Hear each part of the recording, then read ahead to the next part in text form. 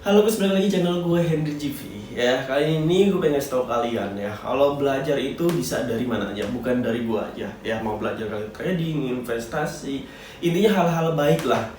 Siapapun orangnya kalian bisa ambil baiknya dan bisa hindari atau bisa buang tuh yang menurut kalian buruknya.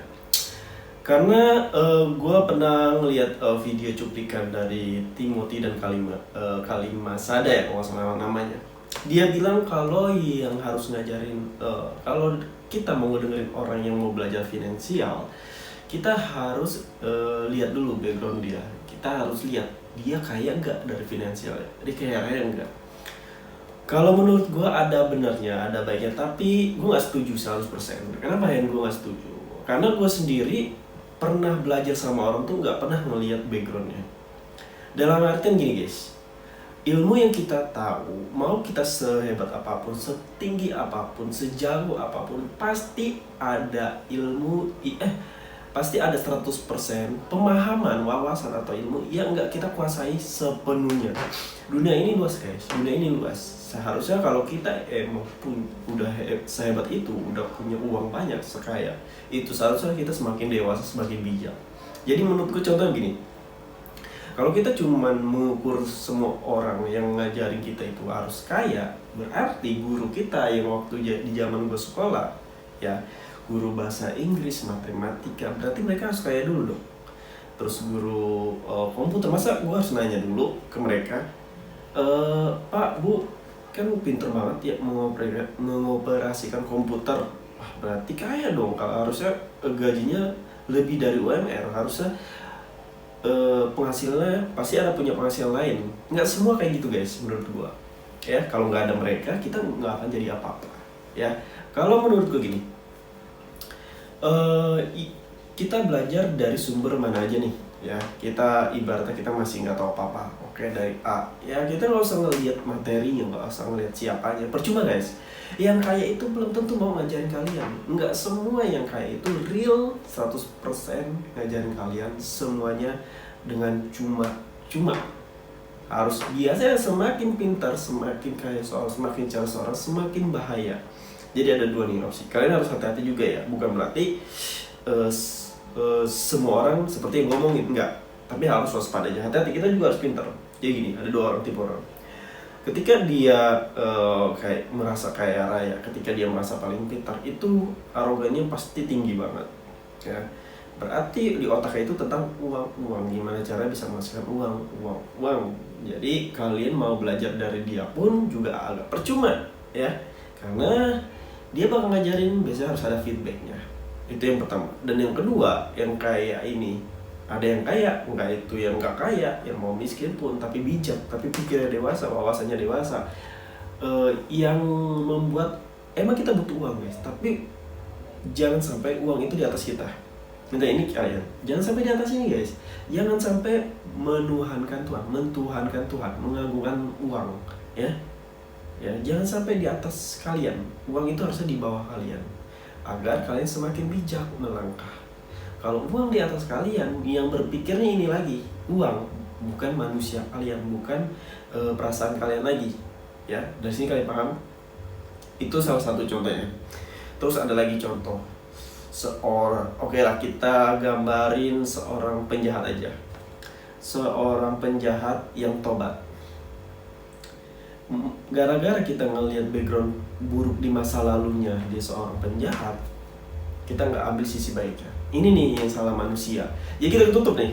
Ketika kita ngeliat seorang buruk, ya kita bakal tutup hal baiknya. Seharusnya begini pemikirannya. Kalau kalian lebih dewasa, ketika ia sudah melalui, kan kita nggak bisa, ibaratnya kita nggak bisa menilai menghakimi masa lalu seorang. Jadi dia masa lalu buruk, dan ketika dia di masa depan tuh udah jadi lebih baik, udah baik dan lain-lain. Dia ngasih kayak ngasih tahu, oh ini harus begini, biar nggak melalui kayak gue masa-masa pahit. Ibarat gitu. Itu harus diambil sisi baiknya. Jangan lihat sisi buruknya, tapi lihat sisi baiknya. Oh, cerita gini, berarti kalau gue jadi penjahat, berarti gue akan masuk penjara. Apa yang gue harus lakuin? Ya gue nggak usah ngelakuin hal yang dia lakuin, itu jadi orang jahat. Nanti nggak maksud gue? Ambil sisi baiknya aja. Sisi buruknya yang dia perbuatan, dia jahat, entah itu dia melukai seorang atau dia jahat sama orang, itu nggak usah ditiru. Yang ditiru sisi baiknya, ya. Jadi belajar tuh dari mana aja. Bukan berarti kalian harus jadi buruknya, enggak. Ambil baiknya aja. Kalau kata orang, tapi kan kita kan kalau nongkrong sama seorang yang minyak wangi ya pasti kita kecium wanginya. Tapi kalau kita nongkrong sama mabuk, kan kita bakal jadi orang mabuk juga, nyicipin gitu minimal. Ya beda konsep. Berarti kalian jangan sering main sama mereka. Kan gue bilang ambil sisi baiknya. Berarti kalau begitu, berarti kalian ambil sisi buruknya, dua-duanya nih. Berarti kalian manusia yang nyobain sisi baiknya dan sisi buruknya. Yang gue wajibin tuh ambil sisi baiknya aja. Siapapun backgroundnya, mau dia kaya, mau dia nggak kaya, mau dia miskin sekalipun, itu menurut gue kalau kita bisa ngambil sebuah pelajaran hidup. Banyak kok orang-orang yang nggak kaya raya, yang hidup sederhana tapi mereka bahagia. Mereka juga punya rasa syukur yang besar. Gimana kita harus pelajari hal-hal seperti itu, guys, ya.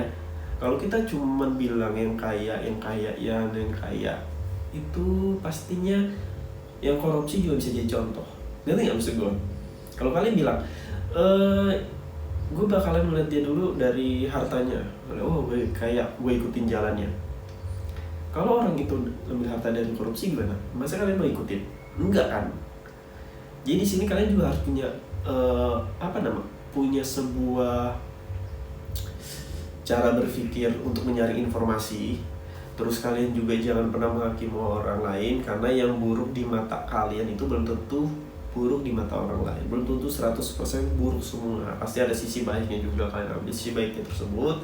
Jangan bilang kalau jangan selalu bilang jangan menganalisa seseorang tuh karena dia punya materi yang besar, punya kaya raya. Kita nggak tahu ya kan 100% ibarat uangnya, ya kan 100% dari mana, dia mulai dari mana. Ibarat kita nggak tahu 24 jam hidupnya dimulainya dari mana dan berakhir di mana. Jadi jangan pernah mengerti seperti itu.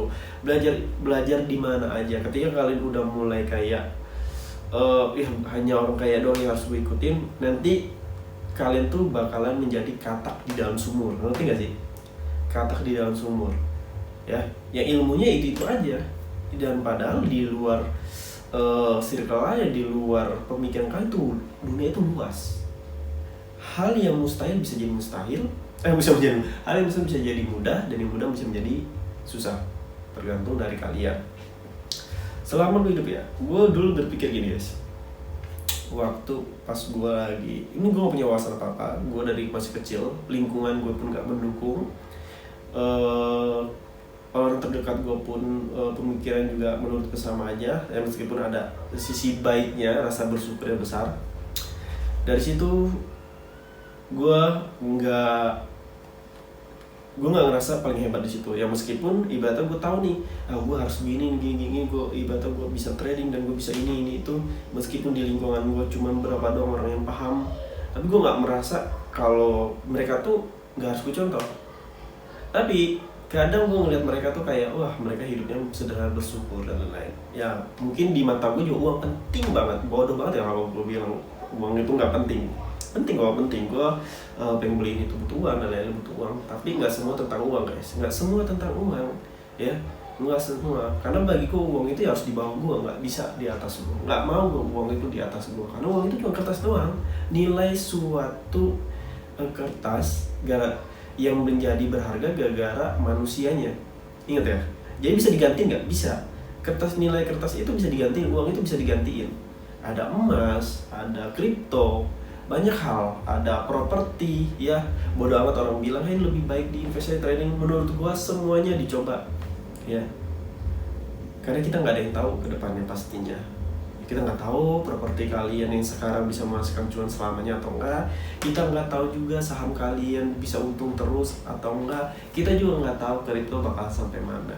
Maupun dibilang sampai gini, menurut gua selama yang buat itu manusia, pasti ada perkembangan zaman, ada kekurangan, ada sisi kelebihannya.